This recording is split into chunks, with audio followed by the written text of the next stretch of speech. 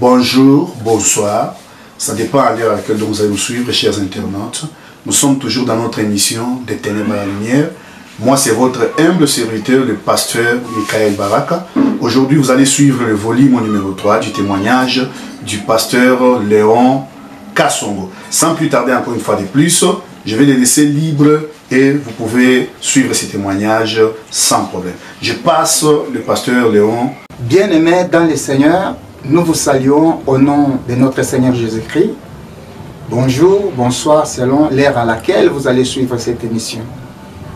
La fois passée, nous avions parlé de la réunion qui s'est tenue à Pointe-Noire, au Congo-Brazza. Cette réunion qui a été présidée par Lucifer Satan lui-même. Et je vous ai dit que Satan nous a donné ses 10 commandements. Comme il est copiste singe, il a singé ce que Dieu a mis au point, les 10 commandements, lui aussi en avait donné. La première réunion que j'ai participé, comme je vous ai dit, c'était en 1991 et la seconde, c'était en 1993 qui s'est passée en Égypte, précisément dans la mer Rouge. Et aujourd'hui, nous continuons pour parler de ces 10 commandements que Satan nous a donnés. Le premier commandement, Satan nous a dit ceci: il ne faut pas permettre aux chrétiens de prier et de jeûner. Pourquoi? Parce que si vous les permettez de prier et de jeûner, ils seront de plus en plus forts à cause de leur foi ferme en leur maître, c'est-à-dire Jésus-Christ. Pourquoi il nous a demandé de gêner les chrétiens, de prier et de jeûner? La Bible nous dit ceci: la prière, c'est notre force. La prière, c'est la voie par laquelle nous entrons en contact avec le Seigneur. Et le jeûne, c'est aussi notre force. C'est ainsi que si nous lisons dans les livres de Matthieu, chapitre 17, au verset 21, lorsque les disciples ont tenté de guérir cet enfant-là qui était lunatique, ils n'ont pas pu. Et juste après, quand on a amené cet enfant auprès de notre Seigneur Jésus-Christ, alors il a chassé cet esprit. Après, les disciples sont allés voir Jésus, au secret bien sûr, pour demander pourquoi les démons n'arrivaient pas à quitter pendant qu'ils exerçaient leur ministère, soit leur foi. Et le Seigneur les avait dit ceci, que de telles sortes de démons ne partent que par la prière qui est accompagnée de jeûne. C'est ainsi que j'aimerais vous dire ceci. Il y a d'autres esprits du monde des ténèbres, bien sûr. Il y a d'autres esprits pour quitter dans la personne de quelqu'un. Il faudrait qu'il y ait la prière. Non seulement la prière, mais la prière qui est accompagnée de jeûne. C'est pour cela que je vais te dire ce matin, si ta prière n'est pas accompagnée de jeûne et que tu y as en toi des esprits qui sortent que par les jeûnes, tu resteras possédé à toujours. C'est la parole du Seigneur. Le deuxième commandement, c'est en fonction de la parole. Il a dit: ne permets pas aux chrétiens de lire et de méditer la parole. Plutôt, disposez-les à lire des livres de notre bibliothèque, des journaux et autre chose à la place de la parole. Pourquoi ce commandement? Si nous lisons dans les livres de Josué, chapitre 1er au verset 8, la Bible nous dit ceci: que ces livres de la loi ne s'éloignent point de ta bouche, médite-les jour et nuit, et agis fidèlement selon tout ce qui est écrit. C'est alors que tu auras du succès dans tout ce que tu entreprendras, et c'est alors que tu réussiras. Bien-aimé, j'aimerais te dire ceci: notre réussite, notre succès dépend de la méditation de la parole. Non seulement de la méditation de la parole, mais aussi la mise en pratique de cette dernière. C'est pour cela, bien-aimé dans le Seigneur, si tu n'arrives pas à mettre en pratique la parole du Seigneur, à méditer la parole du Seigneur, il est difficile de surmonter, d'être au-dessus des démons qui combattent le succès et qui combattent la réussite. C'est-à-dire, beaucoup de gens échouent, beaucoup de gens n'émergent pas, tout simplement parce qu'ils ne méditent pas la parole et ils ne mettent pas en pratique la parole du Seigneur. Le troisième commandement, il nous a parlé par rapport à la dîme et aux offrandes. Il nous a dit ceci: il faut convaincre aux chrétiens que Dieu n'a pas besoin des dîmes et Dieu n'a pas besoin des offrandes. Plutôt, ce sont le pasteur qui en veulent pour s'enrichir. Alors, j'aimerais te dire ceci, que Dieu a besoin de la dîme et Dieu a besoin des offrandes.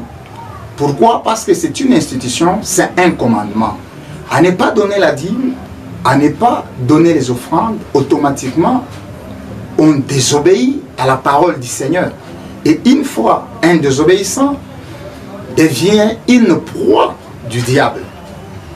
Le quatrième commandement, c'est presque le même, mais cette fois-là avec une autre dimension.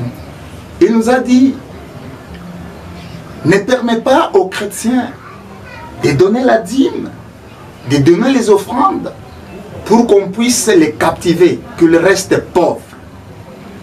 Ici, bien-aimé dans le Seigneur, tu dois comprendre que si tu ne donnes pas la dîme et que tu ne donnes pas les offrandes, automatiquement le monde des ténèbres a une main mise sur toi. Et cela va t'amener à te garder dans la pauvreté. Et c'est ainsi que vous allez constater que les institutions, entre guillemets, donc les églises, soit les personnes qui ne veulent pas honnêtement donner la dîme et les offrandes, le diable les captive, les maintient dans la pauvreté. La Bible nous dit ceci: mettez-moi de sorte en épreuve, si vous ne verrez pas que moi, Dieu, je puisse ouvrir les écluses des cieux et que je puisse déverser les bénédictions chez vous. Il ajoute encore: en me mettant de sorte en épreuve, je vais combattre celui qui va essayer de détruire les fruits du travail. Et il dit: vous me volez et vous me posez des questions pour savoir nous te volons comment. Et il répond: dans les dîmes et les offrandes. Donc celui qui ne donne pas les dîmes, soit sa dîme, celui qui ne donne pas ses offrandes, dans le monde spirituel est comparable à un voleur. Or nous savons tous qu'un voleur n'héritera pas le royaume. J'ajoute encore une chose: il y a aussi certaines personnes que moi j'appelle les voleurs générés. Un voleur généré, c'est quoi? Soit c'est qui? C'est celui qui a 1000 $. Au lieu de donner sa dîme, c'est 100 $, mais lui donne 80, il donne 90, il donne 95. Il a donné quand même sa dîme, mais cette dîme n'est pas conforme à la parole du Seigneur. Et automatiquement, le diable a une main mise sur ta vie et va t'amener à te captiver dans la pauvreté. En Matthieu 5, 20, on nous dit ceci, que si notre justice ne dépasse pas celle des scribes et des pharisiens. Or, les pharisiens disaient ceci: je glorifie le Seigneur parce que tu ne m'as pas fait comme ces publicains-là. Moi, j'ai pris matin, midi, soir, je donne ma dîme de tout. C'est la justice qu'avait un pharisien. Or, nous savons que c'est les pharisiens, les scribes, qui ont amené même notre Seigneur à la mort. Ce sont eux qui combattaient. Mais Dieu trouve leur justice en matière de dîmes et des offrandes et de la prière. Donc si nous n'arrivons même pas à bien prier, à donner la dîme, à donner les offrandes, eh bien, bien-aimés dans le Seigneur, donc notre justice n'arrive même pas à les égaler pour que nous puissions les dépasser afin d'hériter le royaume. Le 5e commandement, c'est la division et la haine. Il nous a dit ceci, il faut pousser les chrétiens à se diviser. Il faut les pousser à se haïr. Tout simplement parce que si nous les poussons à se haïr et à se diviser, en ce moment-là, nous allons prendre une ascendance sur eux. La Bible nous dit ceci, en Matthieu 12, versets 25 à 26, la Bible dit ceci, qu'un royaume divisé contre lui-même ne peut pas subsister. Et une maison divisée contre elle-même, elle est dévastée. C'est pour cela, dans nos maisons, dans nos églises aujourd'hui, il y a des divisions pour arriver au point de diminuer la force même de la puissance du Seigneur. Vous allez trouver dans une église où il y a des fidèles qui sont derrière tel ancien, tel serviteur de Dieu, d'autres tels, des divisions dans nos familles. Et avec ça, c'est une porte ouverte pour que le diable travaille davantage. Bien-aimés dans le Seigneur, par rapport à la haine, si nous lisons en 1 Jean 3,15, la Bible nous dit ceci, que celui qui est, c'est un meurtrier. Or, vous savez bien que dans un meurtrier, il n'y a pas la vie éternelle en lui. C'est pour cela, je vais te dire ceci, bien-aimé, nous sommes dans l'obligation de s'aimer, dans l'obligation d'être unis pour que la puissance de Dieu soit totale.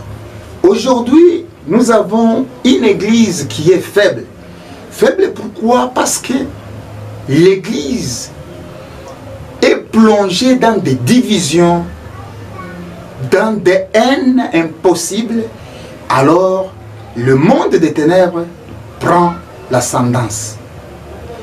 Le 6e commandement, il nous a dit ceci: il faudrait que les chrétiens restent devant leur télé des heures et des heures. Pourquoi? Parce que quand arrivera la tentation, qu'ils ne trouvent pas des ressources. Et c'est pour cela, si vous lisez dans la parole de Dieu, la Bible dit, c'est en psaume, je ne mettrai pas devant mes yeux ce qui n'est pas bon. Et aujourd'hui, il y a des gens qui restent devant leur télé des heures et des heures en train de suivre des films et des séquences qui ne sont pas dignes d'être suivis par des enfants de Dieu. Et avec ça, ça diminue la puissance de l'Église. Il nous a donné aussi un autre commandement. Il dit, il faudrait donner aux chrétiens l'intelligence et la sagesse en mensonge. Et il dit, si vous voulez donner l'intelligence et la sagesse en mensonge, ils seront de plus en plus faibles.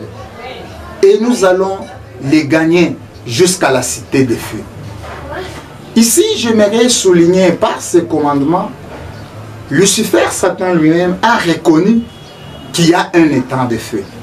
Mais il y a des gens, il y a même des religions qui fait voir, qui fait croire aux gens que le temps de feu n'existe pas. En d'autres termes, il se croit être plus que Lucifer lui-même.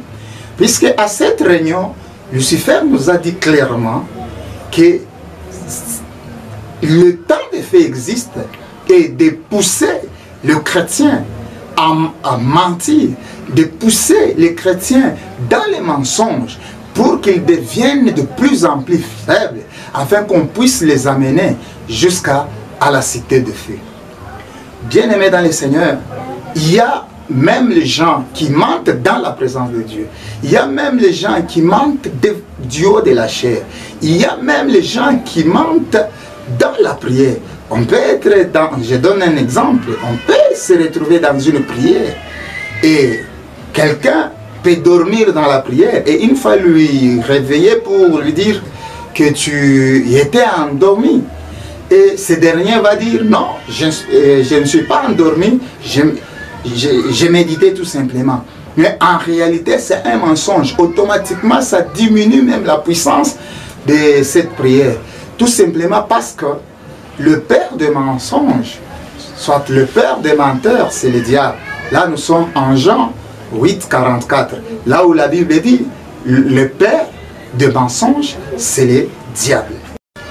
C'est ça, donc, le commandement là de mensonge, le chrétien peut mentir même dans la présence de Dieu. Et cela nous diminue suffisamment. Il y a aussi un autre commandement, il a dit ceci. Il ne faut pas permettre aux chrétiens de s'aimer d'un amour pur de leur Dieu, l'amour qui est recommandé dans 1 Corinthiens 13. Et il nous a dit ceci, modifier les versets 7 et 8. Et ces versets nous disent ceci, que l'amour supporte tout, l'amour ne soupçonne point, l'amour est patient et consort. Bien-aimés dans le Seigneur, quand il n'y a pas l'amour, il n'y a pas la puissance de Dieu. Quand il n'y a pas l'amour, il n'y a pas Dieu. Et c'est ainsi qu'aujourd'hui, comme la Bible dit, dans le dernier temps, la charité de plus grand nombre se refroidira. Aujourd'hui, il n'y a pas l'amour tout simplement parce que le diable a renforcé cela par un commandement. Et le monde des ténèbres travaille efficacement par rapport à cela. Il a donné aussi un autre commandement. Il dit, ne permet pas aux chrétiens de prêcher et de témoigner. Pourquoi prêcher? Parce que la Bible dit que cette bonne nouvelle sera prêchée partout pour servir de témoignage, enfin viendra la fin. Lui croit qu'à ne pas prêcher, c'est allonger, c'est prolonger le temps de la fin. Or, en réalité, le temps de la fin est déjà fixé. Le témoignage, c'est par rapport à ce qui est dit en Actes des Apôtres, au chapitre 1er, verset 8, là où il est dit que vous recevrez une puissance du Saint-Esprit survenant sur vous, et vous serez mes témoins à Jérusalem, à Samarie, à Judée, jusqu'aux extrémités de la terre. Alors, nous tous, nous sommes témoins. Ici, nous voulons bien souligner. Bien-aimé dans le Seigneur, tout chrétien est témoin de Christ. Et tout chrétien est obligé de témoigner Christ partout où il est. Mais tout chrétien n'est pas évangéliste. Tout chrétien n'est pas prophète. Tout chrétien n'est pas pasteur. Tout chrétien n'est pas docteur. Tout chrétien n'est pas apôtre. Là, ce sont des ministères. Mais par rapport au témoignage, par rapport aux témoins, nous sommes tous témoins de Christ. C'est pour cela, bien-aimés dans le Seigneur, nous sommes obligés de porter le témoignage de Christ partout où nous allons nous retrouver. Et il nous a donné les derniers commandements, c'est en rapport au retour de Christ. Il a dit ceci, si c'est possible, mentez aux chrétiens que leur Seigneur, leur maître, pouvait venir dans 20 ans. Et il ajoute, il dit, selon les contrôles XX, soit XX-, soit le numéro XX 1000 qui contrôle au-delà de la vie et de la mort, il dit, selon ce contrôle-là, j'ai remarqué que le maître des chrétiens revient bientôt. Et il ajoute, il dit, avec son retour, notre royaume sera de plus en plus faible jusqu'à le temps de fait. Il a repris ce terme. Il dit, quand le Seigneur reviendra pour enlever l'Église, que le royaume des ténèbres sera de plus en plus faible jusqu'à le temps de fait. Le temps de fait, c'est une réalité. Il nous a donné encore un autre code qu'on devrait se servir pour combattre les serviteurs, le prédicateur. Et ce code-là, c'est I, Y-I-I-I, et puis code TT, bar V-I-I-I. Ce code, c'est déformé, soit la déformation de la vérité, sens dessus, sens dessous. Je donne un exemple. Hébreux 11, chapitre 1er dit ceci. La foi, c'est une ferme assurance des choses qu'on espère, une démonstration de celles qu'on ne voit pas. Là, c'est la parole véritable. Je prends le second pour introduire les codes là. Il dit ceci. La foi est une ferme assurance des choses qu'on peut espérer et une démonstration de celles qu'on peut voir. Quand on introduit directement le peu là, qu'on peut, donc il y a un doute, automatiquement, ce peu introduit le verbe appelé kabbalistique. Et le sens même de la vérité change. C'est pour cela, bien-aimés dans le Seigneur, il y a de ces serviteurs qui se disent serviteurs de Dieu. Mais quand ils prêchent, ils introduisent le verbe kabbalistique. Et ce verbe kabbalistique, quand ça pénètre dans la conscience de quelqu'un, s'il a prêché sur l'impudicité, d'abandonner l'impudicité, le verbe là renforce l'impudicité. Donc ce qu'il va prêcher, le verbe kabbalistique, apporte le contraire de ce qu'il a annoncé. Bien-aimés dans le Seigneur, c'est les 10 commandements que le diable nous a donnés. Nous voulons parler du domaine marial, santeria, pour avoir l'image de ce qu'on va parler par la suite, la magie sainte, soit la magie catholique. Je suis allé dans le monde des ténèbres, dans le monde d'Armstrong, comme je vous ai dit l'autre fois. Je suis passé par les cimetières, j'ai évoqué comme d'habitude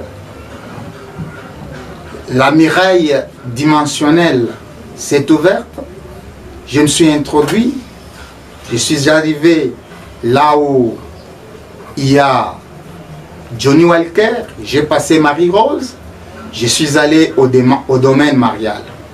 Dans le monde d'Armstrong, il y a une très grande maison, une très grande concession, écrit noir sur blanc, domaine marial, soit santeria. Et au devant de cette maison-là, il y a une grande marionnette où Marie porte l'enfant à gauche. Cette Marie-là a des yeux bleus. Et son protocole a une tête de squelette, le corps c'est un humain, la tête c'est un squelette, et il tient un livre à la main gauche et à la main droite un bâton. C'est celui qui m'a conduit jusqu'à Marie. J'aimerais commencer par le commencement. Nous sommes en Genèse 6, 10, plutôt Genèse 10, 6 à 9, 1 Chronique 1, 10. Ici nous parlons de l'histoire de Noé. Noé avait 3 fils. Le premier fils c'était Sem, Cham et Japheth. Cham a mis au monde Kish et Kish a mis au monde Nimrod, qui est devenu le premier roi sur terre à être puissant. C'est à partir de ces Nimrod là que tout a commencé. Nimrod a pris en mariage une femme appelée Sémiramis. Sémiramis, c'est la fille de Jupiter et de Latone, donc la déesse de bois. C'est des deux personnages qui ont mis au monde celle qu'on appelle Sémiramis. Sémiramis est devenue la reine de Babylone en épousant, comme je viens de le dire, Nimrod. Il est arrivé à un certain moment que Nimrod était décédé et Sémiramis était restée seule, sans mari. Quelque temps après, il a constaté qu'elle était enceinte. Et alors, pendant qu'on voulait savoir le père de cette grossesse, soit l'auteur de la grossesse, d'après elle, dira que la grossesse n'a pas de père.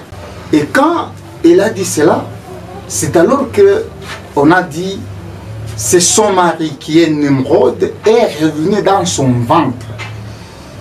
Et c'est alors on va l'appeler la mère de son mari, soit la reine mère. Et après avoir mis au monde, elle a donné le nom à cet enfant-là, Tammuz, qui veut dire Baal, qui veut dire aussi maître.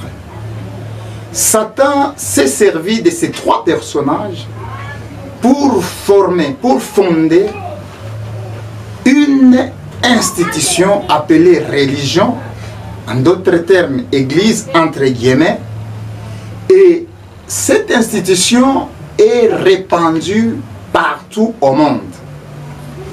Sémiramis, quand elle est devenue déesse mère, c'est ici qu'elle vient l'idée du confessionnal des prêtres. Bien-aimés dans le Seigneur, Lévitique 21 à 7, on nous parle de Moloch. C'est tout simplement Nimrod. Il est arrivé à un certain moment que sa gloire croissait. Alors qu'est-ce qui s'est passé?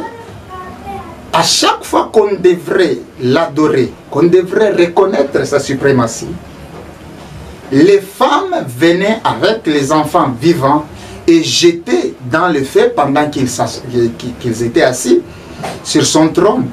On jetait les enfants au feu et les enfants brûlaient en guise de sacrifice pour son honneur. Et c'est alors qu'on va l'appeler Moloch. Ici, j'aimerais souligner quelques points, soit quelques noms. On l'appelle la Sémiramis aussi Baalti, qui veut dire la Madone, soit la grande déesse mère. On l'appelle aussi la reine du ciel, la médiatrice, la mère de l'humanité, Astarté. 1 Roi 16, 30 à 32. On l'appelle aussi Diane ou Astémise, fille de Jupiter et de la Tonne, reine de bois. Sémiramis, déesse, on l'a représentée souvent à l'Antiquité, dans l'Antiquité. Elle était porteuse de 700. Sémiramis, après sa mort, on a constitué une statuette. Et cette statuette, on la montrait toujours. Elle portait le bébé appelé Tammuz. Et c'est resté comme ça. Et cette statuette, elle a existé, soit la marionnette, elle a existé depuis l'empire de Babylone. Donc, au temps des Babyloniens, on l'adorait comme étant une déesse mère. Et elle était toujours porteuse de cet enfant qui était à sa gauche. On l'appelle Devalki, l'enfant Krishna. Isis, l'enfant Oris. Indrani est l'enfant. Ici, je parle de la statuette, comment elle est représentée. Il y a la femme qui est Sémiramis et il y a l'enfant. La femme qui est Sémiramis, Devalki, l'enfant Krishna, Isis, l'enfant Oris, Indrani et l'enfant, Marie et Jésus. Elle est connue dans plusieurs pays au monde. Et dans chaque pays, elle a son nom. Je vais prendre 10 pays seulement. En Chine est appelée Xingmu, qui veut dire la Sainte Mère et l'enfant. En Inde, on l'appelle Devalki, qui veut dire déesse et l'enfant. En Éphèse, on l'appelle Diane, la mère de Dieu. En Égypte, est appelée Isis, qui veut dire déesse mère et l'enfant Horus. En Grèce, est appelée Aphrodite, qui veut dire la médiatrice et l'enfant. En Rome, on l'appelle Vénus, qui veut dire déesse, et l'enfant Jupiter, soit Zeus. Au Scandinavie, on l'appelle Disa, qui veut dire représenté avec l'enfant. En Israël, est appelé Astarté, qui veut dire déesse, et l'enfant appelé Baal, qui veut dire maître. Et dans la magie catholique, est appelé Vierge Marie, et l'enfant Jésus. Mais ce Jésus-là est appelé Christ roi, Jésus roi. En 1900, plutôt en l'an 600, c'est alors qu'on a déclaré Vierge Marie. Vierge comment?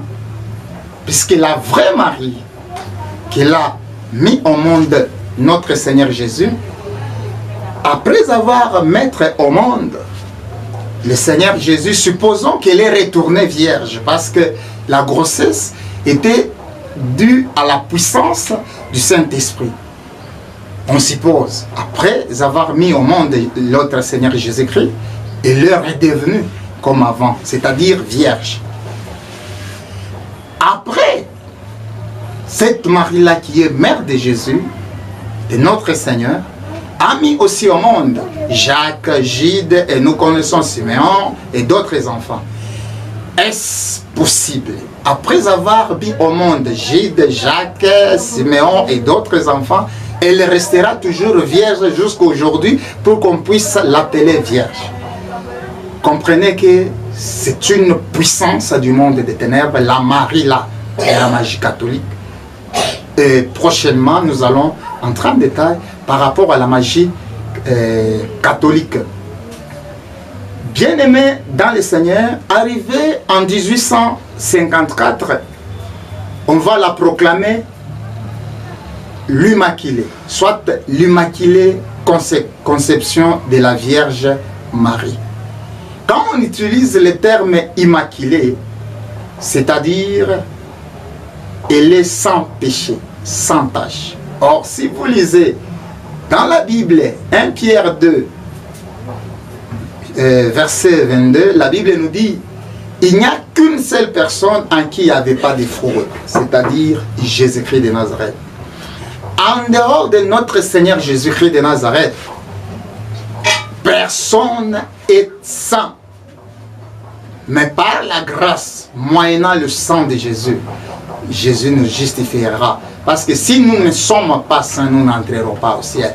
Mais la proclamer comme étant immaculée, c'est une fausse réalité.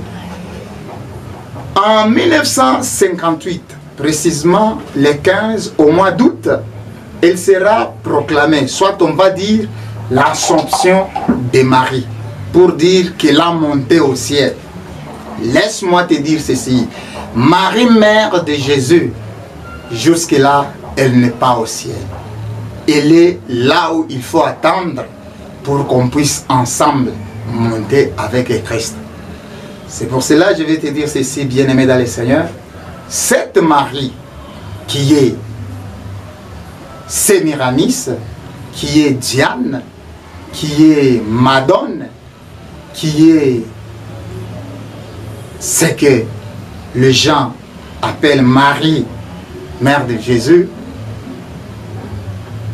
elle est tout simplement un démon qui vit dans le monde de Pandémonium, précisément dans le monde de Polion, et bien dans le monde Armstrong. Nous aurons entré en détail par rapport à cette Marie-là quand nous aurons à parler sur la magie catholique. Elle contrôle aussi la sorcellerie du monde. Quant à la sorcellerie du monde, j'aimerais dire un point, que le désert de Kalahari, donc à l'Afrique centrale, c'est là où il y a le siège mondial de la sorcellerie. Le désert Kalahari. La sorcellerie est l'art de la destruction, l'art de jeter les mauvais sorts.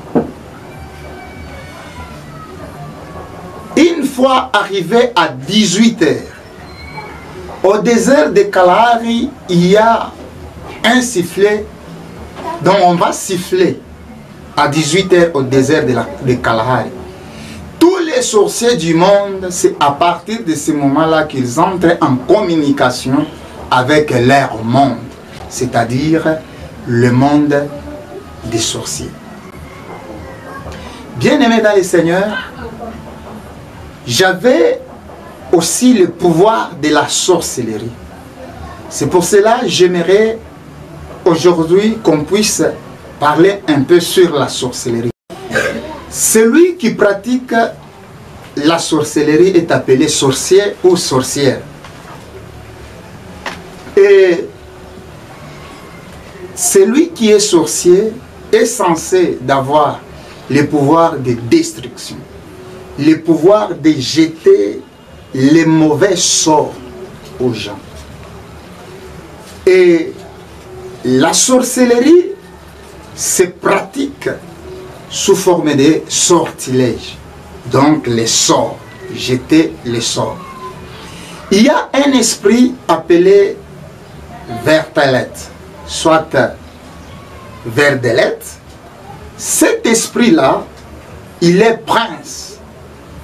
Et c'est lui qui contrôle la sorcellerie de mon pays, c'est-à-dire le Congo RDC. Cet esprit de Verdelet-là, il a mis sa capitale à Lodja. C'est une ville qui est dans mon pays. Et dans cette ville-là de Lodja, qu'est-ce qui se passe? Chaque le 31 décembre, le grand sorcier du monde, le représentant des sorciers, plutôt le représentant des sorciers de mon pays, aille là-bas pour présenter leur rapport annuel. Et cela se passe chaque année, le 31 décembre. Je vais parler sur un point. Il y a trois sortes de la sorcellerie. Il y a ce qu'on appelle la sorcellerie inconsciente. Cette sorcellerie inconsciente travaille souvent par les rêves. Et ce sont les sorciers déjà initiés, les sorciers conscients, qui utilisent d'autres personnes dans la sorcellerie. Mais ces derniers travaillent inconsciemment. Je peux donner un petit exemple. Toi qui rêves souvent en train de manger, et ça arrive souvent, et parfois tu rêves que tu es en train de tuer, et même la journée, tu réalises que la personne que tu as rêvé, que tu as tuée la nuit, et cette personne s'est fait tuer. Laisse-moi te dire que tu as besoin de la délivrance, tout simplement parce que c'est la puissance de la sorcellerie qui est derrière tout ça. Et dans la sorcellerie inconsciente, il y a aussi la sorcellerie caractérielle. C'est-à-dire quoi? Quelqu'un peut avoir un caractère de sorcier. Donc il réunit tous les éléments de la sorcellerie dans son caractère. Mais lui-même ignore qu'il est sorcier. Lui-même te dira que je n'ai jamais volé, je n'ai jamais volé donc pour aller dans le monde des sorciers, je n'ai jamais tué quelqu'un, je n'ai jamais fait ceci, cela. Mais en réalité, cette personne est sorcier, mais tout en étant sorcier inconscient. Il y a des sorciers conscients, ce sont des sorciers déjà initiés. Il y a les sorciers du sang. Celui qu'on appelle sorcier du sang, c'est celui qu'on a donné la sorcellerie à partir du ventre de sa mère. Donc dès que sa maman a conçu, automatiquement la maman transmet la sorcellerie à l'enfant. Et cet enfant naît automatiquement sorcier. Et généralement, les sorciers du sang, soit les sorciers par le sang, ce sont eux qui prennent des grandes responsabilités dans le monde de la sorcellerie et dans le monde des humains.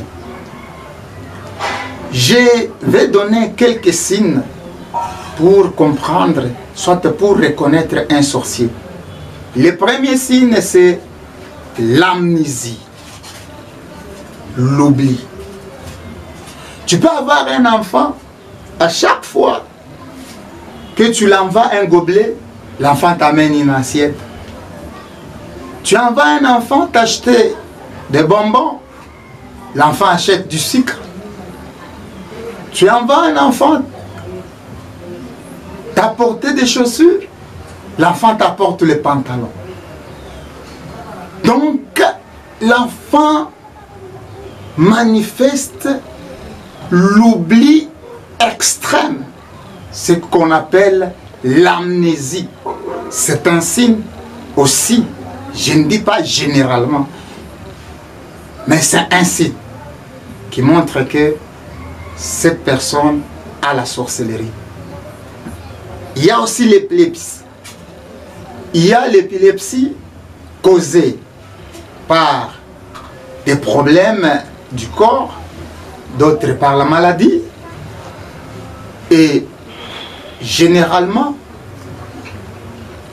il y a l'épilepsie aussi qui est comme signe de la sorcellerie. Il y a aussi ce qu'on appelle la somnolence, soit le somnambisme. Quelqu'un peut dormir la nuit, il peut même ouvrir, tout en étant endormi, il peut ouvrir la porte, il part, il arrive même quelque part, il va se retrouver qu'il est déjà dehors. C'est aussi un signe. Si vous remarquez que votre enfant, pendant son sommeil, a l'habitude de se réveiller, de se tenir debout, tout en étant dans son sommeil, en train de marcher, d'aller ça et là, bien aimé dans le Seigneur, sachez que c'est un signe aussi de la sorcellerie. Il y a aussi un autre signe, c'est de pisser au lit la nuit, soit les jours. Ici, même des grandes personnes, même des petits enfants. Mais je vais souligner un point. Pisser au lit comme signe de la sorcellerie, vous allez remarquer que la personne puisse seulement au temps fixé. Si c'est à 3h, 4h, généralement l'enfant puisse qu'à ces heures-là. 4h du matin, l'enfant va pisser. 4h du matin, l'enfant va pisser. 4h... Et ça devient comme une routine et les parents savent que dès qu'il va arriver 4 heures du matin, dès qu'il va sonner 4 heures du matin, l'enfant va pisser. Et si vous le remarquez, bien-aimés dans le Seigneur, sachez que c'est un signe de la sorcellerie. Tout simplement parce qu'il y a d'autres personnes qui n'arrivent pas à supporter la puissance de la sorcellerie en eux. Une fois qu'ils sont allés dans le monde des sorciers, que chez nous, communément, on appelle les chanda, pendant son retour, pour rentrer dans son corps, il arrive que la personne puisse, pour se soulager et revenir en soi. C'est aussi un signe. Il y a aussi un autre signe, le sommeil profond. Ici, par rapport au sommeil profond, vous pouvez tenter de réveiller la personne. Vous pouvez même bouger la personne. Vous pouvez même tenir la personne debout, mais la personne ne se réveille toujours pas. Ce sommeil profond-là, bien aimé, c'est un signe de la sorcellerie. Un autre signe, c'est monologuer dans son sommeil. Vous allez remarquer qu'une personne, pendant la nuit, est en train de se parler à lui-même, est en train de parler aux gens. Il parle, mais pendant qu'il est en train de parler, il est dans son sommeil. Et si cela se répète souvent, c'est un signe de la sorcellerie. Il y a aussi un autre signe, c'est la saleté. Bien-aimé dans le Seigneur, la saleté, c'est un signe aussi de la sorcellerie. Tu peux arriver chez quelqu'un, je donne un exemple juste. Tu peux arriver chez quelqu'un et la personne, soit chez une femme qui porte déjà un enfant, mais à chaque fois que l'enfant va faire l'urine, va irriguer, va faire les caca, la femme prend tout simplement la matière fécale et il prend le linge, il met dans un coin et après il ajoute, à chaque fois il ajoute. Et quand vous entrez dans la maison, vous commencez même à sentir l'odeur des urines, l'odeur de la matière fécale. Et pour la personne, cela ne lui gêne pas. C'est un signe aussi de la sorcellerie. Il y a aussi un autre signe, c'est le vol. Vous allez remarquer que la personne vole, soit l'enfant. Souvent, ce sont des signes qui accompagnent les enfants sorciers. Vous pouvez laisser la nourriture, vous sortez. Pendant que vous allez retourner, vous allez constater que l'enfant a volé la nourriture. Vous allez mettre l'argent sous l'oreiller, vous allez trouver que l'enfant a volé. Et en plus de cela, c'est comme si il est expert. À chaque fois que vous déplacez votre argent, soit vous déplacez l'endroit de cacher l'argent, l'enfant trouve toujours le bon endroit pour voler. C'est un signe de la sorcellerie. Il y a autre signe aussi, c'est l'orgueil. Bien-aimé dans le Seigneur, l'orgueil, c'est aussi un signe de la sorcellerie. Tu peux avoir un enfant très orgueilleux. À chaque fois que vous lui parlez, vous lui grondez, l'enfant manifeste l'orgueil. C'est un signe de la sorcellerie. Il y a aussi le mensonge. Le mensonge aussi, c'est un signe de la sorcellerie. Il y a aussi la têtutesse. La personne est tellement têtue, l'enfant est tellement têtu, l'enfant têtu. C'est aussi un signe de la sorcellerie. Il y a aussi un autre signe, c'est nier les faits. Je m'explique. Même si vous trouvez la personne à flagrant délit, la personne n'accepte pas les faits. Tu trouves l'enfant, la main dans la casserole et vous dites que non, tu as volé. L'enfant n'accepte pas qu'elle a volé. C'est un signe de la sorcellerie. Il y a aussi un autre signe, c'est manger comme 10. C'est-à-dire quoi? Tu peux avoir un enfant qui vous mange un repas qui peut être consommé par 5 personnes, mais à lui seul. Même une grande personne qui vous mange comme 10. À lui seul, il peut manger le plat de 5, 6, 7 personnes. Et c'est là, c'est compliqué. Parce que moi, je ne peux pas manger un repas de 10 personnes, un repas de 6 personnes.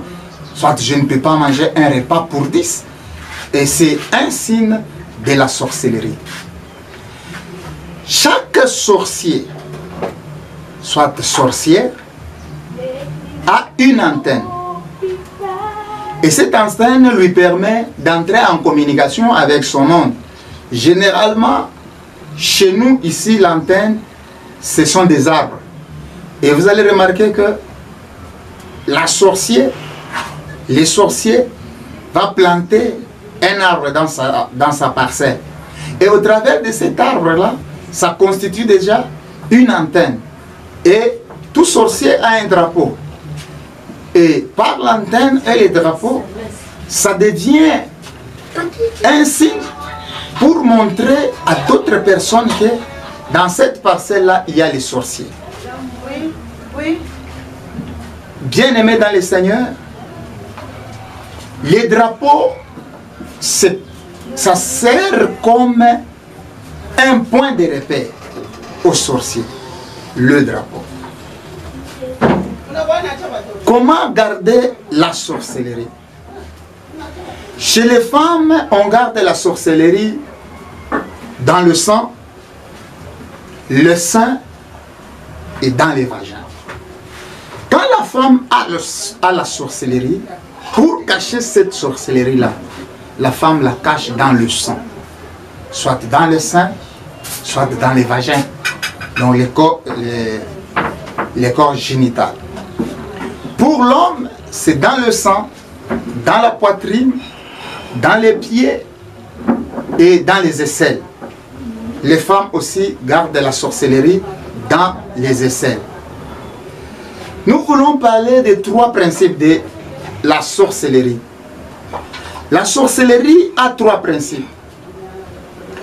Le premier principe, c'est la haine.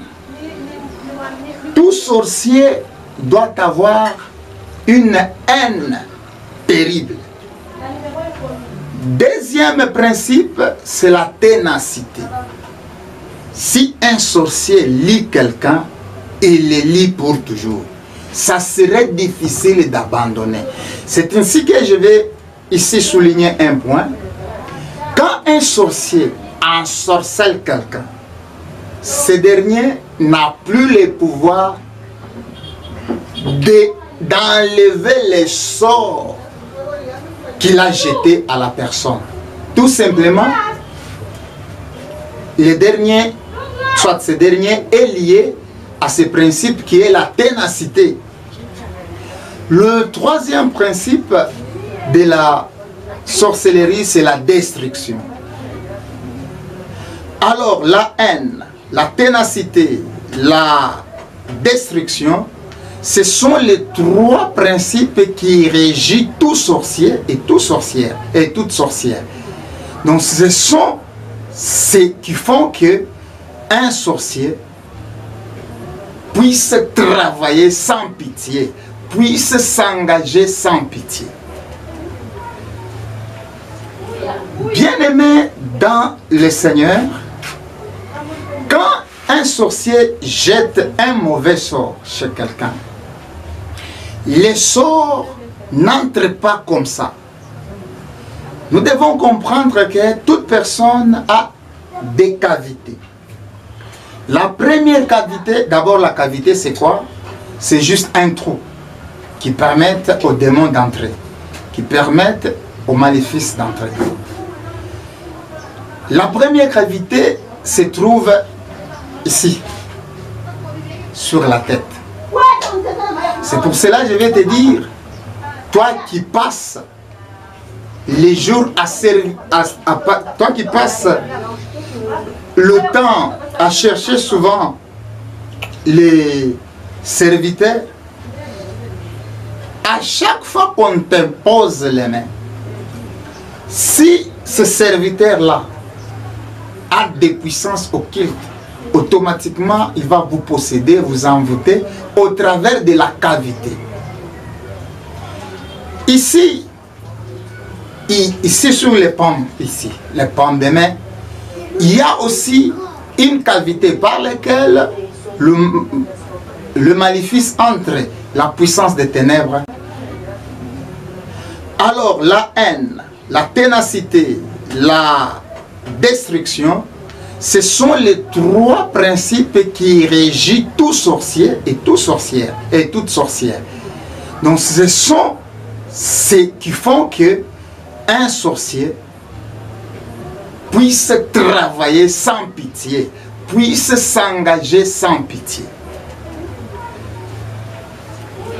Bien-aimé dans le Seigneur, quand un sorcier jette un mauvais sort chez quelqu'un, les sorts n'entrent pas comme ça. Nous devons comprendre que toute personne a des cavités. La première cavité, d'abord la cavité c'est quoi? C'est juste un trou qui permet aux démons d'entrer, qui permettent aux maléfices d'entrer. La première cavité se trouve ici, sur la tête. C'est pour cela que je vais te dire, toi qui passes les jours à servir, toi qui passes le temps à chercher souvent les serviteurs,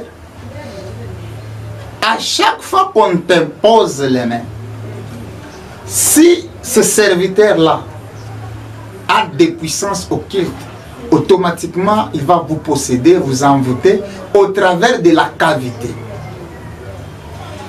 Ici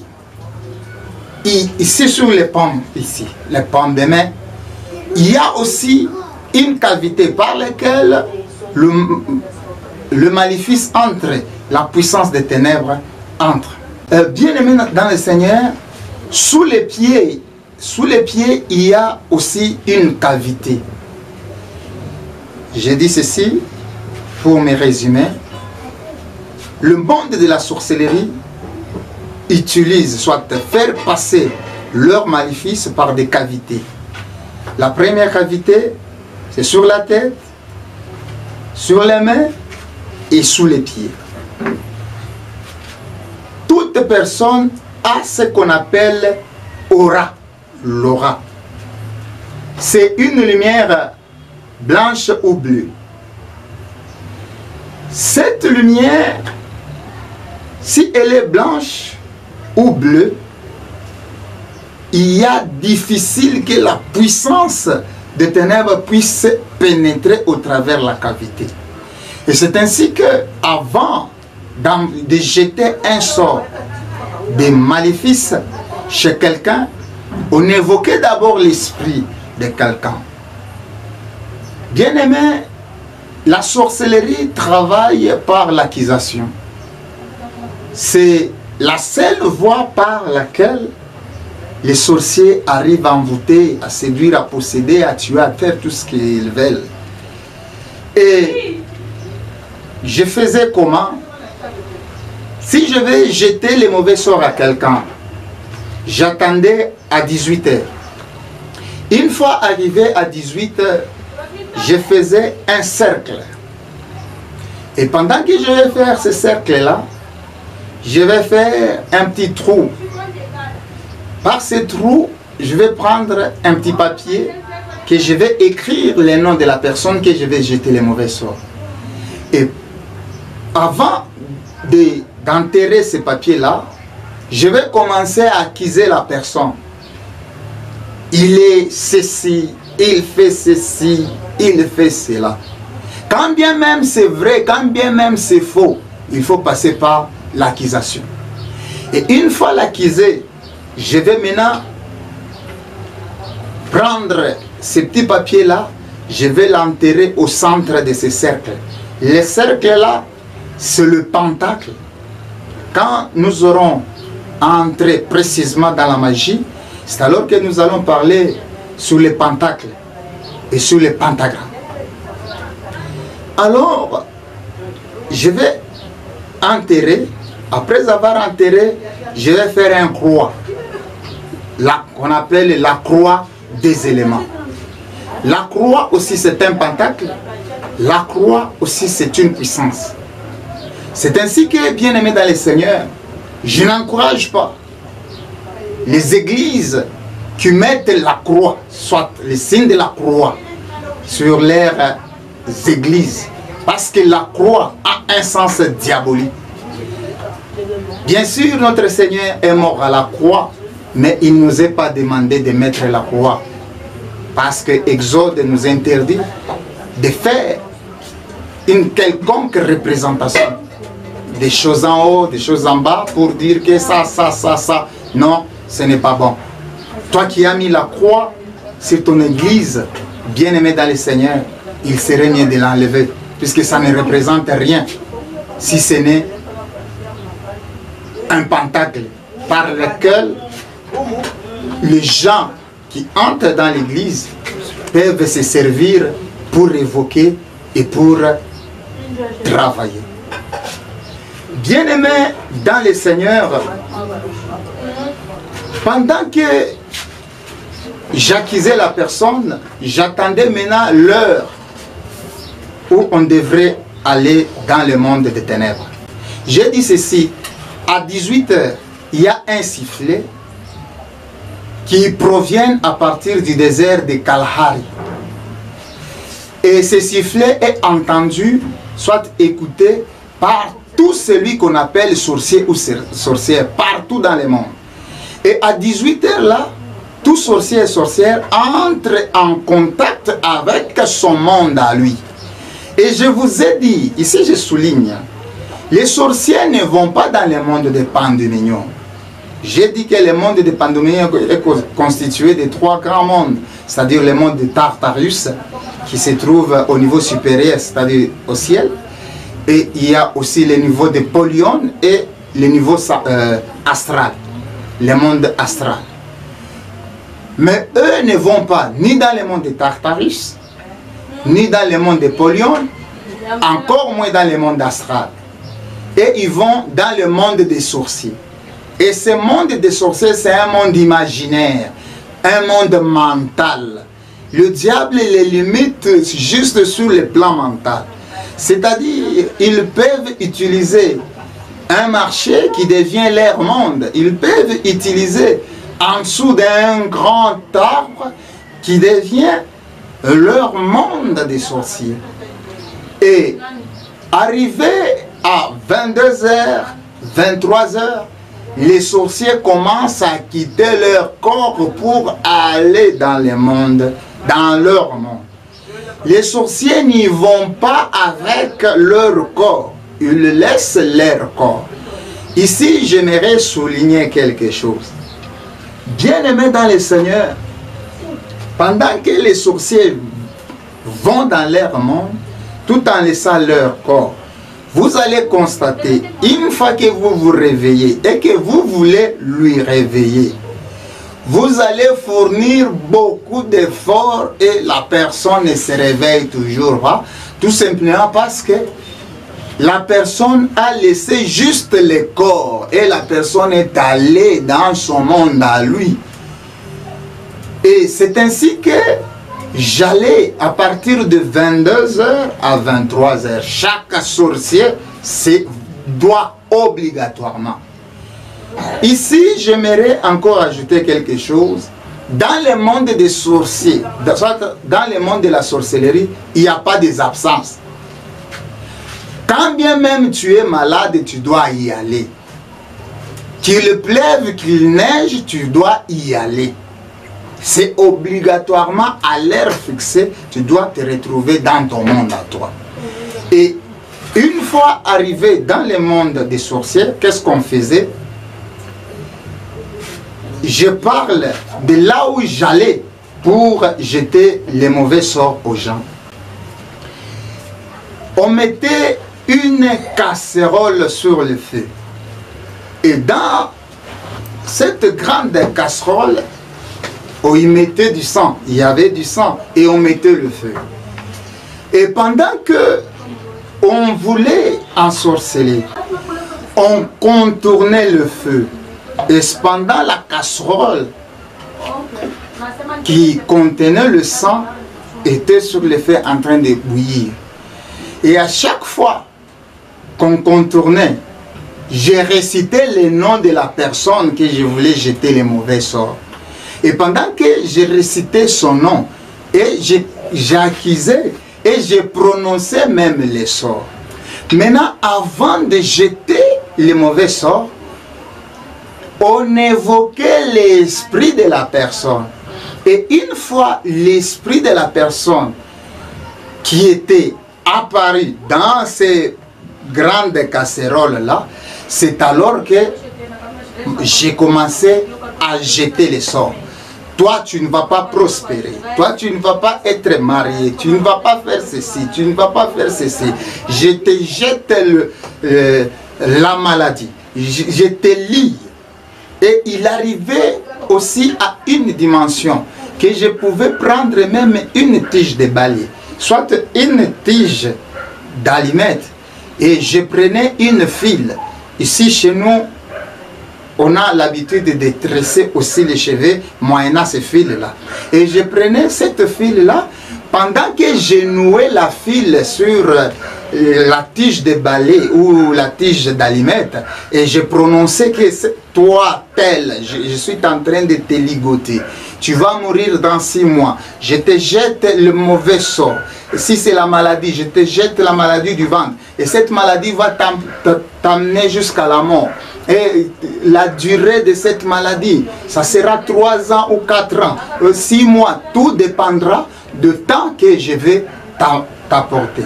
Et bien aimé dans le Seigneur, ici j'aimerais aussi souligner un point.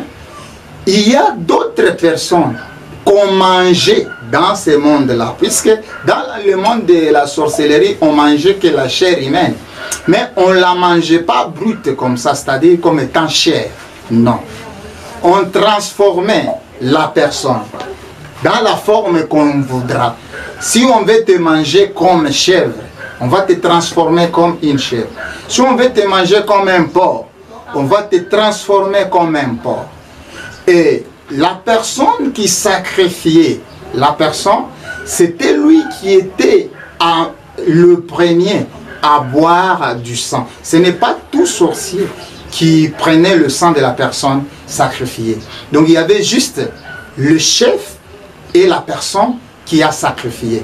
Et on mangeait de la sorte que je viens de vous dire. Et bizarrement, ce que je suis en train de vous dire, c'est une réalité, mais une réalité spirituelle. J'aimerais que le Seigneur nous accorde une grâce afin que nous puissions comprendre bien. Il y a d'autres personnes qui marchent jusqu'aujourd'hui sur cette terre, mais dans le monde de la sorcellerie, on a mangé d'autres membres de leur corps. Il arrivait des fois, on transformait la personne comme une chèvre et on coupait juste la jambe, et une fois on coupe la jambe, on la mange. Mais la personne vit encore ici sur cette terre, mais sa jambe est déjà mangée. Et la personne va constater tout simplement les douleurs de la jambe, la jambe. Et la personne ne comprend pas comment la jambe lui fait mal.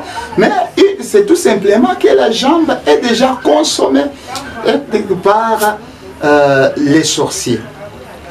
Et c'est à partir de 3 heures jusqu'à 4 heures du matin qu'on quittait le monde de la sorcellerie pour retourner dans notre monde. Et avant d'être sorcier, normalement on passe par l'initiation. Il y a plusieurs sortes d'initiation. Je pouvais envoûter quelqu'un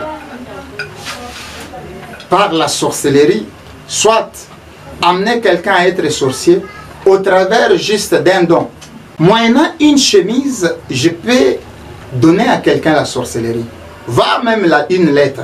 Je peux écrire une lettre, je l'introduis dans une enveloppe et je te donne. soit je donne à quelqu'un de te l'apporter. Et une fois tu vas saisir l'enveloppe et l'ouvrir, et automatiquement la puissance de la sorcellerie entre et tu deviens sorcier. En d'autres termes, tu peux aussi manger quelque chose et la chose se transforme en soi. Tu mangeais les biscuits, mais une fois dans la bouche, les biscuits se transforment à la viande. Mais cette viande-là, c'est une viande humaine.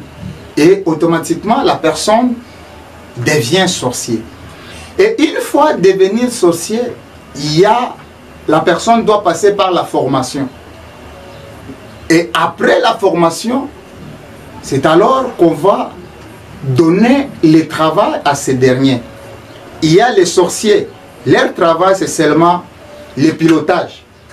Donc c'est lui qui va commencer à récupérer d'autres sorciers pour moyennant son avion. L'avion de la sorcellerie, c'est complexe, bien aimé dans le Seigneur. On utilisait soit les balais, on utilisait soit une boîte des allumettes, on utilisait soit le malaxeur, et toutes ces choses-là constituaient ce qu'on appelle l'avion. Par rapport au carburant, c'était le sang humain qu'on utilisait. Et une fois être formé, il y a d'autres qui étaient chargés juste au découpage, c'est-à-dire dépiécer l'animal, d'autres seulement la cuisine, d'autres étaient là juste pour tuer, d'autres étaient là pour renforcer. Chacun avait son rôle. Et l'organisation du monde de la sorcellerie, il se fait que à chaque avenue, il y a un président des sorciers. Chaque quartier, chaque cellule, ainsi de suite, jusqu'à arriver au niveau du pays. Dans chaque pays, il y a le président des sorciers. Dans chaque commune, chaque province, et c'est comme ça que la sorcellerie fonctionne. À chaque fois qu'on se retrouve devant, dans le monde de la sorcellerie, chaque sorcier fait le rapport de sa propre famille. Commence à accuser tout membre de sa famille. Ici, je parle de tout membre, c'est-à-dire ceux qui ne sont pas dans la sorcellerie, encore moins dans l'occultisme, dans le satanisme, bref, dans le monde des ténèbres. Toi qui n'es pas dans le monde des ténèbres, tu es soit païen, ne crois pas que tu n'as pas affaire aux sorciers de ta famille. Sache-le que chaque jour, on t'accuse dans le monde de la sorcellerie. À moindre fait que tu réalises chaque projet que tu as, tout ce que tu possèdes, tout ce que tu fais, la nuit, les sorciers dans leur monde vous accusent. Bien-aimés dans le Seigneur, pendant que j'étais sorcier, j'avais commis beaucoup de défis. Beaucoup. Il est arrivé un jour que je devrais tuer quelqu'un au travers de la puissance de la sorcellerie. Et cette personne, c'est un membre de ma famille. Bien sûr, la famille lointaine. Cette personne m'avait causé du tort. Et pendant qu'elle m'a causé du tort, je suis allé, je l'ai accusé. Et on m'avait demandé que je puisse présenter les sorts que je voulais. Et moi, je me suis dit que je ne vais pas les voir. Et c'est ainsi que j'avais fait appel à son esprit. Et quand il a apparu dans notre monde, on m'a demandé de lui poignarder. Et je lui ai poignardé. Et dans le monde réel, quand je suis retourné, il avait juste eu un mot de tête, et après quoi, il était mort. Dans le monde des sorciers, il y a aussi l'hierarchie. Il y a le roi, il y a les princes, il y a les reines, il y a les présidents, ainsi de suite. Avec la puissance de la sorcellerie, c'est le sang qui constitue même la force. Et dans ce monde-là, il y a un système établi appelé la ristourne. Dans notre pays, on appelle ça Kinkurimba. C'est-à-dire, si aujourd'hui je mange la chair que mon ami a sacrifiée, eh bien, demain, ça serait mon tour. Et si tu n'as pas quelqu'un à sacrifier, alors c'est toi-même. Et c'est compliqué dans le monde des ténèbres. Donc un sorcier peut manger un autre sorcier si ce dernier n'arrive pas à trouver quelqu'un à sacrifier. Et c'est comme ça que ça fonctionne. Et dans ce monde-là, il n'y a pas de pitié. Dans ce monde-là, il n'y a pas à s'excuser.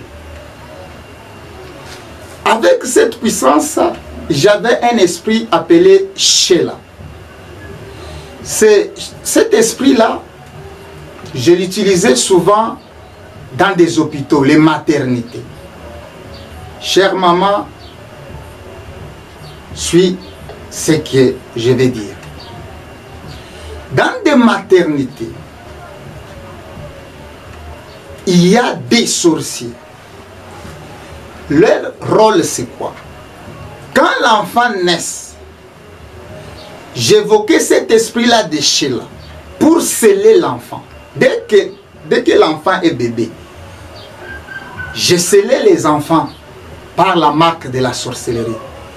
Cette marque-là pouvait servir au monde des ténèbres, au monde de la sorcellerie, soit pour tuer l'enfant, soit pour récupérer l'enfant afin que l'enfant se retrouve aussi sorcier.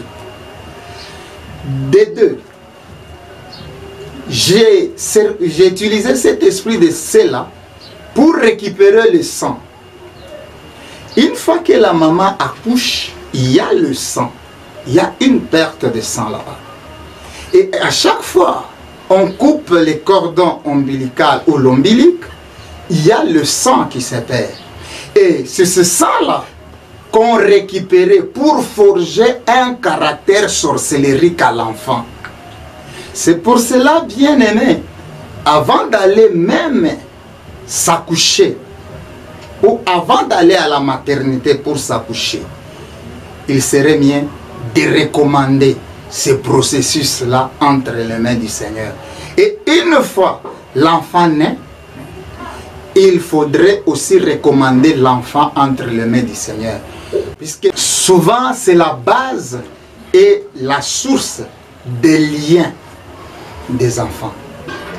Et généralement, la sorcellerie, soit le monde de la sorcellerie, aime envoûter les gens dès l'enfance. Pourquoi? Parce que l'enfant est innocent, l'enfant ne comprend rien. Et généralement, ce sont les sorciers enfants qui sacrifient plus que les sorciers adultes. Tout simplement parce que ces sorciers enfants-là sont inconscients, ils ne savent rien. Et à chaque fois qu'on veut se servir de ces enfants-là pour les duper, qu'est-ce qu'on disait? On demandait juste à l'enfant d'apporter un habit de son papa, de son frère, de sa soeur, de sa maman, soit une file tout simplement de l'habit. Et dès que nous allons récupérer cela, on va l'utiliser pour tuer. Et l'enfant inconscient ne comprendra rien et ne comprendra même pas que c'est lui qui a sacrifié cette personne-là. Et cet esprit de Sheila-là, en forgeant les caractères, c'est pour cela que je souligne ici, il y a des caractères sorcelleriques. J'ai dit, il y a d'autres femmes, ça c'est un exemple juste, il y a d'autres femmes dans les quartiers, cette femme est réputée de se disputer avec tout le monde. Vous allez trouver dans les quartiers, une famille s'est disputée avec cette famille-là. Et surtout ici chez nous en Afrique, hein, puisque nous sommes des voisins de tout le monde, nous connaissons presque tout le monde. Et vous allez vous rendre compte que la personne s'est disputée avec tel autre. Donc la personne se dispute toujours. Et parfois les insultes. Donc une famille qu'on a caractérisée déjà que dans cette famille-là, pour les insultes, ça devient, donc c'est une vie. Si vous provoquez seulement cette famille-là, ça devient un problème. Tout simplement, cela est lié au caractère sorcellerie. C'est pour cela que j'aimerais te dire une fois, bien-aimé, si tu constates que tu es un sujet à problème à tout le monde, tu n'es pas saint quand même. Ce n'est pas qu'à toi qu'on cause du tort. Même si on t'a causé du tort, tu n'es pas obligé de réagir à chaque fois. Si tu les constates, cherche les hommes de Dieu pour qu'ils puissent prier pour toi. Parce que c'est déjà la sorcellerie caractérielle que j'ai possédée à partir de l'enfance au travers de cet esprit de cela. Ici, j'aimerais faire une parenthèse. La dame Janine Nemi m'avait donné un mouchoir et ce mouchoir-là était appelé mouchoir Mamiwata. Ce mouchoir Mamiwata avait 33 articles, soit 33 pouvoirs. Je vais en citer quelques-uns. Le premier pouvoir, soit article, c'était la magie de l'argent du 366. Donc, je vous ai dit l'autre fois que j'avais une maison magique et j'avais aussi les initiés qui travaillaient avec moi.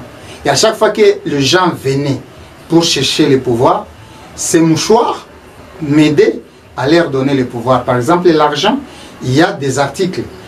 Ici, c'est la magie de l'argent du 366. Il y avait aussi les stylos magiques. Je pouvais donner soit les stylos 7 de l'Inde, soit la plume d'Égypte. Il y avait aussi les parfums magiques de séduction que je pouvais donner aux gens. Il y avait aussi le pouvoir d'amour. C'est-à-dire, si quelqu'un venait pour chercher l'amour, je pouvais donner ces pouvoirs-là. Je souligne. La Bible dit, Dieu est amour. C'est-à-dire, il n'y a pas un pouvoir d'amour. Parce que le diable et Satan, qui est le chevronné de ce monde-là, ne possède pas l'amour. Et il n'aura pas l'amour. Qu'est-ce qui se passe au fait? C'est un pouvoir d'envoûtement, de domination. Par ce pouvoir, généralement, j'ai rencontré souvent les femmes. Ce sont les femmes qui venaient souvent, généralement. Et les jeunes gens. Les femmes venaient pour chercher que leur mari puisse l'aimer plus. Que leur mari ne puisse pas aller à gauche ni à droite. Le diable n'a pas l'amour. Et quand bien même ils venaient me voir pour que leur mari puisse l'aimer, je ne pouvais pas leur donner l'amour, puisque moi-même je n'avais pas l'amour. Et celui que je servais ne se retrouvait même pas dans l'amour. Lui, c'était la haine. Alors, je leur ai donné les pouvoirs de domination. Et par ces pouvoirs-là, j'ai donné, soit je mettais à leur disposition des esprits. Et ces esprits-là, ce sont eux qui possédaient leur mari et qui les dominaient. Et c'est comme ça que ces pouvoirs fonctionnaient. Il y avait aussi les pouvoirs appelés portefeuille d'argent ou portefeuille magique. C'est un article très dangereux. Pourquoi? Parce que cet article a seulement deux conditions. Une fois échoué, une fois violé, c'est soit la folie, soit la mort. Et la portefeuille magique, il y avait la portefeuille pour 3 mois, pour 6 mois, ainsi de suite. Ici, je souligne un point. L'argent n'apporte pas l'argent. Dans le monde des ténèbres, il y a un principe qui dit papier égale argent, feuille égale argent, poussière égale argent. Et tout article qui est lié à l'argent, c'est le sang humain qui entre en jeu. Quand bien même je vais te demander l'argent, mais sache que après cet argent-là, je vais tuer quelqu'un de ta famille. Même si tu es conscient ou tu n'es pas conscient. Puisque l'argent que les esprits vont t'amener, ça va provenir que du sang et non de l'argent que tu vas donner. Puisque dans le monde des ténèbres, ils n'ont pas besoin d'argent. Là-bas, il n'y a pas un marché qu'eux aillent pour acheter ou des boutiques et consorts. Tout est magique là-bas. Ces mouchoirs possédaient aussi un autre pouvoir de s'enrichir pendant 30 jours. Donc dans 30 jours, tu deviens riche. Ces mouchoirs avaient aussi le pouvoir de la sorcellerie. C'est pour cela que je vous parle de la sorcellerie. Moi, je n'avais pas mangé la sorcellerie, non. On ne m'a pas possédé la sorcellerie, non. Juste le mouchoir que j'avais possédait déjà le pouvoir de la sorcellerie. Et ici, je vais souligner, toute la sorcellerie possède seulement 140 maléfices. Donc il y a 410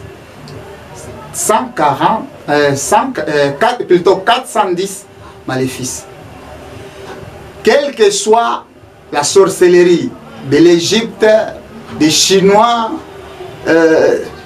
des Français, des Anglais, des Tanzaniens, des Ivoiriens, des Camerounais, des Quinois et consorts, cette sorcellerie-là a tout simplement 410 maléfices, soit 410 malédictions. Par la suite, si Dieu nous les permet, nous allons donner même le verset biblique pour soutenir ce que je viens de vous dire. Donc c'est 410 sortilèges que possèdent les sorciers. En d'autres termes, 410 pouvoirs.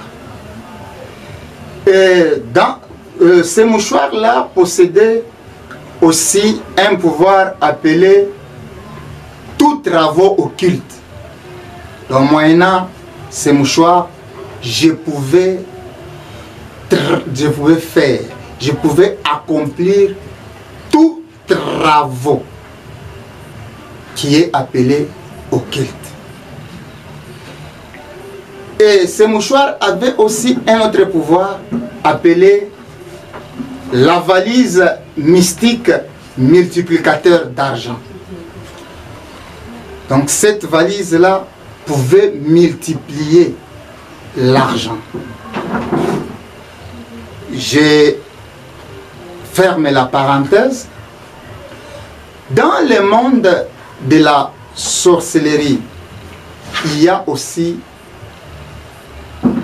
l'échelonnage.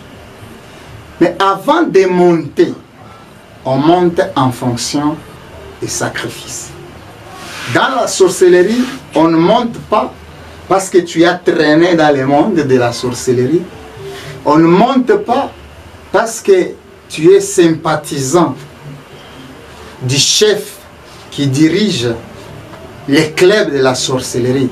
Mais on monte parce qu'on sacrifie.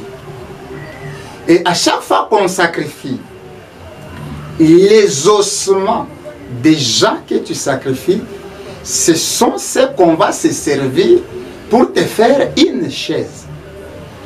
Donc là-bas, si tu veux t'asseoir, il faut tuer plus pour que la chaise soit constituée. Et dans le monde de la sorcellerie, il y a les mariages. Les mariages s'effectuent. Et ces mariages-là ne comptent pas l'âge. À mon âge ici, je peux avoir une femme de 2 ans dans le monde de la sorcellerie. Et tu peux te poser la question pourquoi et comment, et c'est comme ça. Et le mariage de la sorcellerie ne compte pas la parenté. Tel que je suis, je peux être époux à ma mère, à ma tante, à ma fille, à ma cousine, dans le monde de la sorcellerie. Et dans le monde de la sorcellerie, il y a même la conception. On met même au monde. Mais les grossesses de la sorcellerie ne dépassent pas 40 jours. Et c'est pour cela, quelqu'un peut faire 4 ans dans la sorcellerie, mais la personne vous dit qu'elle a 8 enfants.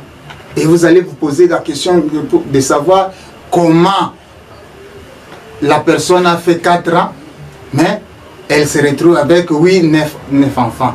Tout simplement parce que la grossesse prend 40 jours. Bien-aimés dans le Seigneur, nous allons continuer par la suite. Aujourd'hui, j'aimerais dire quelque chose. La colère,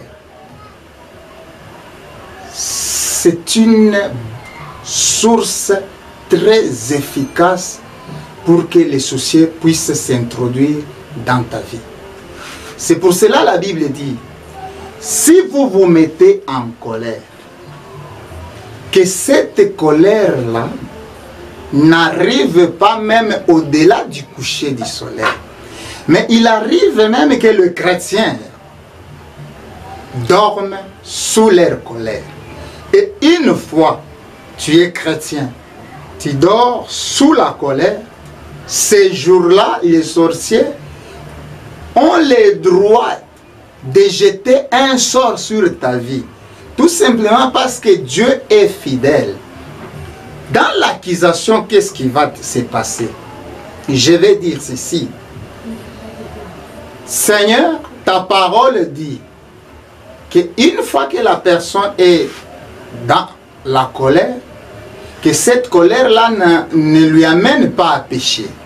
Et encore moins que le soleil ne se couche pas sous sa colère. Voilà ce dernier. Il s'est endormi sous sa colère.